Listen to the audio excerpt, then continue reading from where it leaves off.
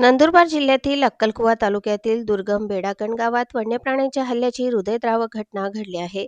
झोपेत असताना जंगली हिंस्र प्राण्याने हल्ला केल्याने 76 वर्षीय वृद्ध शेतकरी गोवल्या रुप्या तडवी यांचा मृत्यू झाला.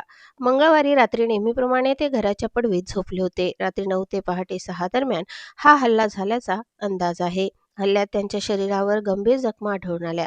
सकाळी घटना लक्षात येताच कुटुंबियांनी धावपळ केली. मुलगा काला तडवी यांनी स्थानिकांच्या मदतीने त्यांना वेली येथील प्राथमिक आरोग्य केंद्रात दाखल केले.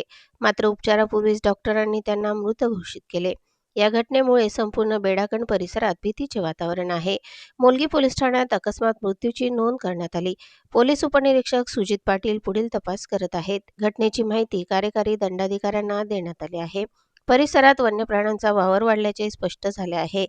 ग्रामस्थांमध्ये वनविभागाबाबत तीव्र नाराजी व्यक्त होत आहे.